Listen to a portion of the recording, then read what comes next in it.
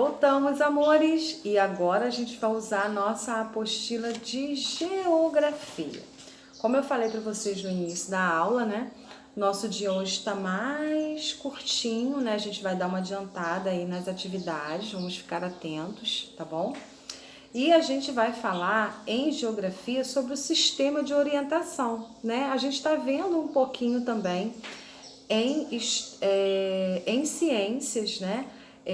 Os pontos cardeais e colaterais. E como eu falei na aula de ciências, a gente hoje, nós temos, né, uma facilidade maior para a gente se localizar através de GPS, bulas. Mais antigamente, nos tempos mais remotos, o Sol, né, era uma fonte de localização, né? A gente sabendo onde ele nascia e onde ele se escondia, era ali um ponto para que as pessoas pudessem se localizar.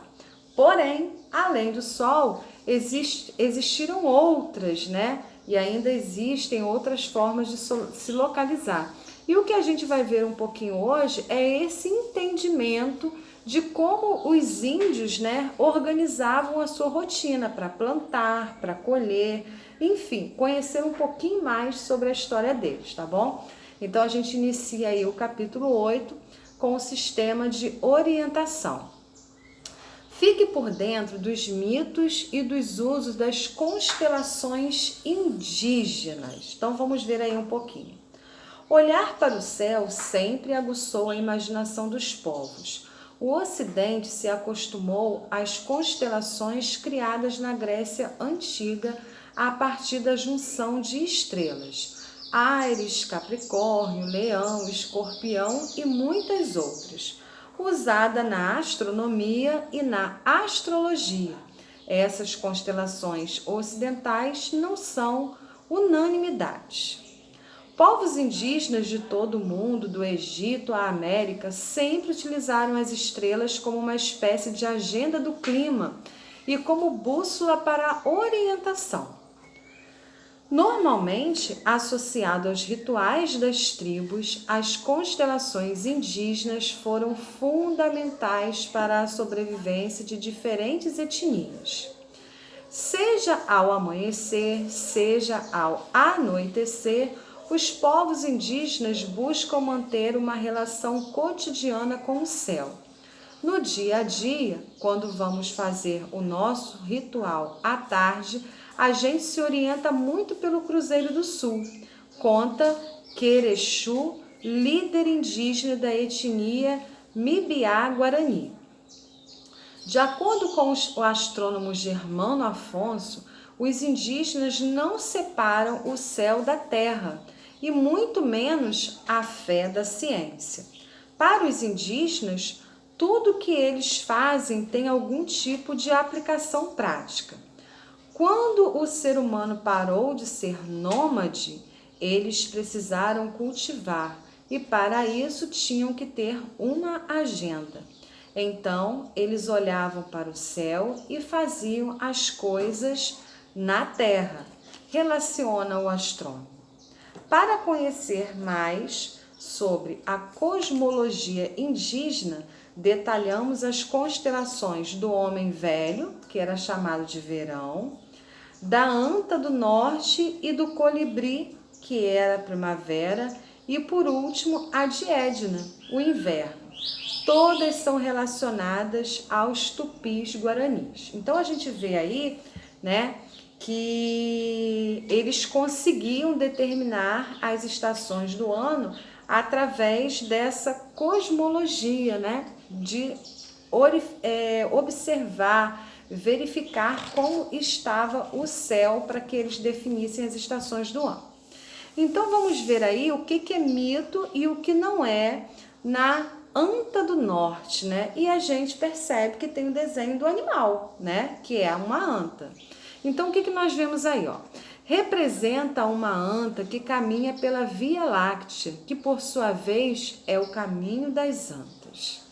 Indicação climática. O que eles plantavam, né? O que era cultivado na época que era essa anta do norte?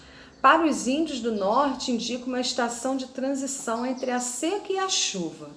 Para os índios do sul, indica uma estação de transição entre o frio e o calor.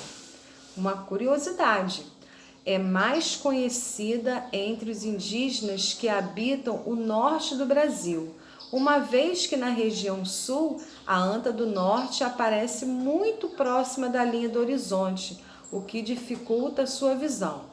Assim, os povos do sul utilizam a constelação do colibri para indicar a chegada da primavera. Agora, a gente vai ver a do homem velho. Aí a gente percebe, né, que tem aparência humana. Um pouco, né? Meio estranho, mas é. O missionário francês Claude publicou em 1614 que Tuiavé, o homem velho, e como chamam outra constelação formada de muitas estrelas, semelhante a um homem velho, pegando um bastão, a partir de relatos indígenas brasileiros. Representa um homem cuja esposa estava interessada no seu irmão. Para ficar com o cunhado, a esposa matou o marido cortando-lhe as pernas. Os deuses ficaram com pena do marido e o transformaram em constelação. A indicação climática, né, para essa constelação é que é o início do verão para os índios no sul do Brasil, início da estação chuvosa para os índios do norte do Brasil, tá? Agora a estação a constelação de Ema. Qual é o mito? Os tupinambás no Maranhão afirmam que a Ema procura deverar duas outras estrelas que ficam perto do bico da ave. Quando Claude entrevistou a tribo em 1612, ele chamou a constelação de avestruz americana. Mas, como não havia avestruz no Brasil, a ave passou a ser chamada de Ema. E qual é a indicação climática para essa constelação, né? Início do inverno para os índios do sul do Brasil e início da estação da seca para os índios do norte do Brasil. Então, essas eram as três principais constelações indígenas, tá? Agora a gente vai fazer uma análise e reflexão do que a gente acabou de ler. De acordo com o texto, os povos indígenas do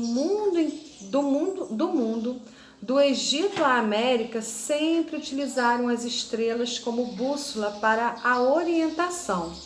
Cite um exemplo dessa utilização dos astros pela etnia Mbiá-Guarani, tá? A gente viu aí.